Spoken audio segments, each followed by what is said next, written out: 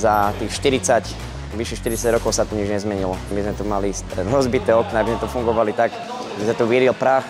Dobrý deň, nachádzame sa v zápasníckej hale Juliusa Strniska.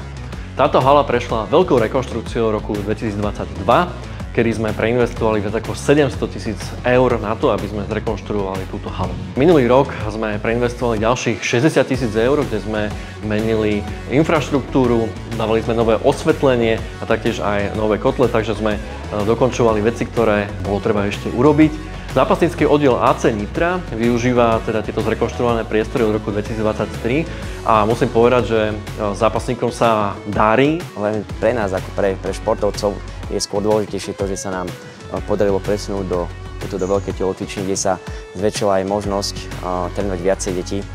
Naša členská základňa sa rozšírila. V týchto priestoroch dokážeme otrénovať dvakrát toľko detí. Tieto priestory využíva kopec športových klubov, oddielov mimo zápasenia.